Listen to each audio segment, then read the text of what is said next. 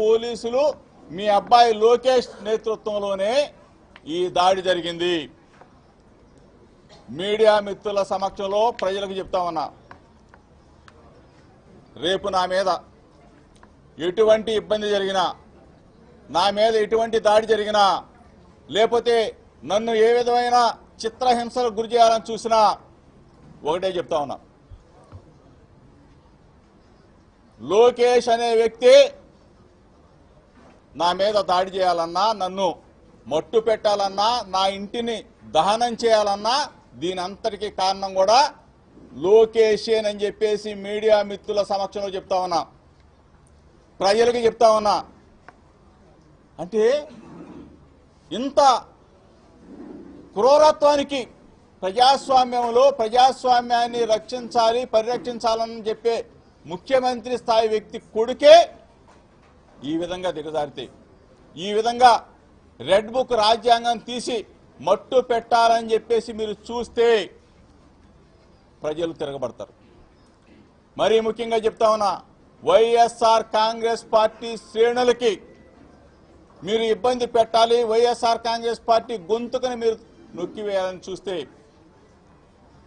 మా నాయకుడు జగన్మోహన్ రెడ్డి గారి నేతృత్వంలో ప్రజాపక్షాన పోరాడతాం, వైఎస్ఆర్ కాంగ్రెస్ పార్టీ జెండాని రెపరెపలాడిస్తాం. ఈ పాటికే సంవత్సరాల కాలంలోనే మీ ప్రభుత్వ అసమర్థత అంతా కూడా బయటపడిపోయింది. ఈరోజు ప్రజలు కోరుకునేది జగన్మోహన్ రెడ్డి గారి నాయకత్వం. మమ్మల్ని ఇబ్బంది పెట్టాలని మీరు చూస్తే ఏ కేసులకైనా సరే భయపడే ప్రసక్తి లేదు లేదు లేదు అని చెప్తా ఉన్నా. మీడియా మిత్రుల ద్వారా పోలీస్ అధికారులు కూడా చెప్తా ఉన్నా, ఇది న్యాయమా, ఇది ధర్మమా, మీకు భార్యా బిడ్డలు లేరా, పైన దేవుళ్ళు లేరా? అంటే నేను ఏం మాట్లాడానని చెప్పేసి నా మీద ఎఫ్ఐఆర్లు కడతారు, నేను ఏం మాట్లాడానని చెప్పేసి నన్ను అరెస్ట్ చేయాలని మరలా చూస్తారు. రెడీగా ఉన్నా, ఇది దానికైనా సరే సిద్ధంగా ఉన్నా. అంతేగాని అర్ధరైతులు వచ్చి తలుపులు కొట్టడాలో, లేకపోతే ఎక్కడో బయటికి వెళ్ళిన తర్వాత పట్టుకోవటాలు ఇవన్నీ చేయాల్సిన అవసరం. అంతకుముందు కూడా చెప్పి అరెస్ట్ అయ్యే ముందు జోగి రమేష్ అనే వ్యక్తి ఎక్కడికి పారిపోడు, ఇక్కడే ఉంటాడు. నాకు వైఎస్ఆర్ సైన్యం ఉంది, మా జగనన్న తోడు ఉంది, ప్రజల దీవెనలు ఉన్నాయి, బడుగు బలహీన వర్గాల రక్షణ ఉంది. చిన్నప్పటి నుంచి యువజన కాంగ్రెస్ నుంచి, స్టూడెంట్ ఆర్గనైజేషన్ నుంచి 1988 నుంచి రాజకీయాల్లో ఉన్నాం. మీరు భయపెట్టాలనో, మమ్మల్ని ఏదో ఇల్లు గాలి చేస్తే పారిపోతారనో, ఇట్లా రాక్షసానందం పొందొద్దు అని చెప్పేసి మీ అందరికి చెప్తూ అందరినీ కూడా గుర్తిస్తాం. ఎవరిని కూడా ఈరోజు జోగి రమేష్లు దగ్ధం చేసేసాంలే అని చెప్పేసి సంబరపడిపోతామనేమో, లోకేష్ దగ్గర మార్కులు కొట్టేద్దాం అనుకుంటున్నారేమో, ఎవరిని కూడా వదిలిపెట్టే ప్రసక్తి ఉండదు అని చెప్పేసి మీడియా మిత్రుల ద్వారా చెప్తా ఉన్నాం. ప్రజాస్వామ్యంలో మీకు ప్రజలే శిక్ష వేస్తారని చెప్తా ఉన్నాం. ఈరోజు చాలా మంది అసలు మాట్లాడింది ఏంటి, నేను నువ్వు చేసే సంస్కృతి ఏంటని అడుగుతా ఉన్నా.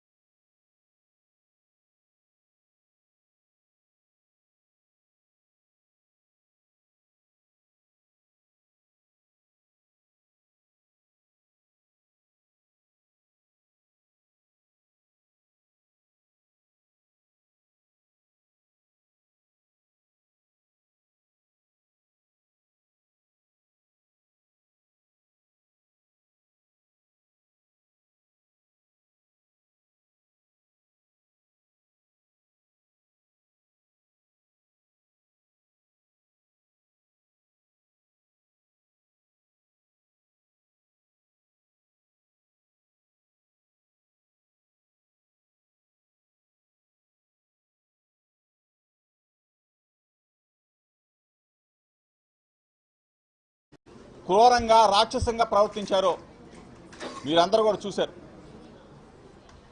ఈ విధంగా రాక్షసంగా క్రూరంగా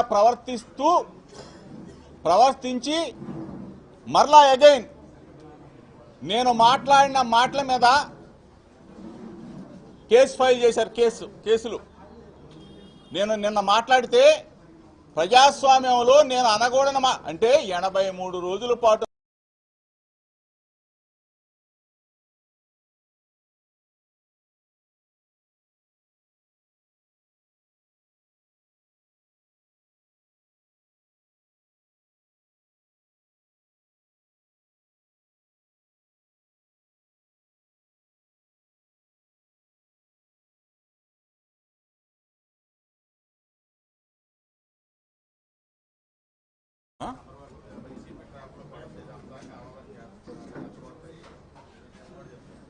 ఇప్పుడు చంద్రబాబు నాయుడు గారు వైసీపీ అసలు ఎక్కడా రెచ్చగొట్టే మాటలేమి లేవే. కల్తీ నెయ్యి గురించి మాట్లాడాము. కల్తీ నెయ్యి గురించి వాళ్ళు చేసిన దుర్మార్గాల గురించి సిబిఐ ఇచ్చిన రిపోర్టు వాళ్ళ మెడలు ఉంచే విధంగా ఉంది. వాళ్ళు తప్పుడోళ్ళు అని చెప్పింది కాబట్టి కల్తీ ఎక్కడా నెయ్యిలో జరగలేదు, కల్తీ మొత్తం కూడా తెలుగుదేశం పార్టీ కల్తీ అని చెప్పి సిబిఐ రిపోర్ట్ ఇచ్చింది కాబట్టి చెప్పాం. ఆ మాట తప్పే ఉంది. దయచేసి చెప్తా ఉన్నాం, పోలీసు అధికారులకు కూడా చెప్తా ఉన్నాం. మరి పైన దేవుడు ఉన్నారు, మీకు కూడా పిల్లలు ఉంటారు. ఇబ్బంది పెట్టాలని చూస్తే దేవుడు మిమ్మల్ని మాత్రం ఎట్టి పరిస్థితిలో వదిలిపెట్టడు, శిక్షిస్తాడు. మిమ్మల్ని కూడా ఏదో ఒక రూపేణా శిక్షిస్తాడు. ఎందుకంటే దిగజారి మాత్రం పనిచేయొద్దు. ఈరోజు చంద్రబాబు నాయుడు గారు 2 సంవత్సరాలు అయిపోయింది. ప్రజాస్వామ్యంలో ఎవరో శాశ్వతం కాదు, భూమి గుండ్రంగా ఉంటుంది. శాశ్వతంగా చంద్రబాబు నాయుడు ఉంటాడు ముఖ్యమంత్రి అని చెప్పేసి మీరు అనుకోవద్దు. ఈ పాటికే ప్రజల్లో తిరుగుబాటు లేకపోతే మెడికల్ కళాశాలల విషయంలో 1 కోటి మంది సంతకాలు స్వచ్ఛందంగా వచ్చి పెట్టారు. ఈ పాటికే తిరుగుబాటు వచ్చేసింది. దయచేసి మీడియా మిత్రుల ద్వారా పోలీస్ అధికారులు కూడా వినయపూర్వకంగా విజ్ఞప్తి చేస్తా ఉన్నా, వాళ్ళేదో రాక్షసానందం పొందుతారు, మీకు అవసరంలా.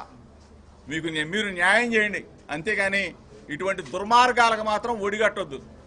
పచ్చ చొక్కాలు వేసుకొని మేము కూడా చంద్రబాబు నాయుడు చేయని చెప్పేసి కొంతమంది ఉన్నారు. ఇప్పుడు మీరు చూపించా, మీకు మీడియా సమక్షంలో చూపించా. అటువంటి వాళ్ళు పోలీస్ డ్రెస్ తీసేసి పచ్చ చొక్కా వేసుకోమని చెప్పేసి మీ ద్వారా ఆ పోలీస్ అధికారులు కూడా, కొంతమంది పోలీస్ అధికారులు వాళ్ళకి చెప్తా ఉన్నాం. కళ్ళ ఎదురుగా జరిగింది, వాళ్ళ ఎదురుగా జరిగింది. కంప్లైంట్ కూడా ఇచ్చాము, పంపిస్తా ఉన్నాం. కళ్ళ ఎదురుగానే కదా, వాళ్ళు చూశారు కదా మీరు. పోలీసుల సమక్షంలో జరిగిన దాడి, పోలీసులు, తెలుగుదేశం పార్టీ నాయకులు అందరూ కూడా కలిసి చేసిన దాడి. కానీ మీరు చూశారు కదా, ఒక్క పోలీస్ చేతిలో లాఠీ ఉందా? ఒక్క పోలీస్ సోదరుడి చేతిలో అయినా లాఠీ ఉందా? ఏ అధికారి అయినా వచ్చే వాళ్ళని దండించాడా, ఆపాడా? ఏది జరగల. ఇది దుర్మార్గపు చర్య. ప్రజాస్వామ్యం ఎక్కడా లేదు. ఇది కృష్ణా జిల్లాలో మొట్టమొదటిగా తీసుకొచ్చిన సాంప్రదాయం. పెట్రోల్ బాంబులతో దాడి చేయడం అనేది మొట్టమొదటి సాంప్రదాయం. అదే కన్నా ఫైర్ అయ్యి మా ఇంట్లోకి వెళ్ళి ఉంటే, మా నాన్నగారు ఉన్నారు 80 సంవత్సరాలు, ఏమైపోయేవాడు? దుర్మార్గంగా చేయొద్దు. లోకేష్కి చెప్తా ఉన్నా, నీ ఇంటికి నా ఇల్లు ఎంత దూరమో నా ఇంటికి నీ ఇల్లు అంతే దూరం. ఏదో పేద పుడింగ్ అనుకోవద్దు. దయచేసి మంచి నడవడిక నేర్చుకో. రెడ్ బుక్ తీసి మడిచి పెట్టేసుకో, ఇంకా చాలు. మర్యాదగానే చెప్తా ఉన్నాం, దయచేసి వినండి. ఎవరో పేపర్ రోడ్ రెచ్చగొట్టాడు, ఒక వార్త రాశాడు, నువ్వు రెచ్చిపోతే ఎటాయా? రాస్తారా పేపర్ వాళ్ళు? నువ్వు రెచ్చిపోతావా? ఇవాళ ఇంకో పేపర్ అని రాశాడు, జోగి తగ్గలేదని చెప్పి తిరుపతిలో ఏం మాట్లాడామా? ఏం మాట్లాడాం? ఏం రాయగొండ మాటలు, అనగొండ మాటలు మాట్లాడాము ఏమన్నా? పేపర్ మిత్రులు కూడా చెప్తా ఉన్నా, 1-2 పేపర్లు ఎందుకు మీకు? ఎందుకు ఆనందం? దయచేసి రాక్షసానం పొందబాకండి. ఇంటిపై దాడి చేసిన వారి మీద కేసు నమోదు చేశారని అన్నారు కదా.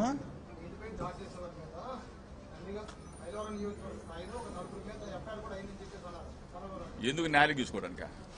ఎఫ్ఐఆర్ కదా సార్. ఎఫ్ఐఆర్ నాలుగు చూసుకోండి ఏముందాడా?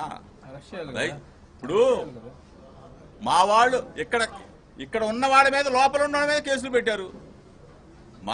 మా ఇంటి మీద దాడి చేసింది పోయి మా ఇంటి దగ్గర ఇక్కడ మా లీడర్ల మీద కేసులు పెట్టారు. చంద్రబాబు నాయుడు గారు నిజంగా ఆ మాట మాట్లాడుంటే ఆయన గుండెల మీద చేసుకోమనండి. చంద్రబాబు నాయుడు గారి కన్నా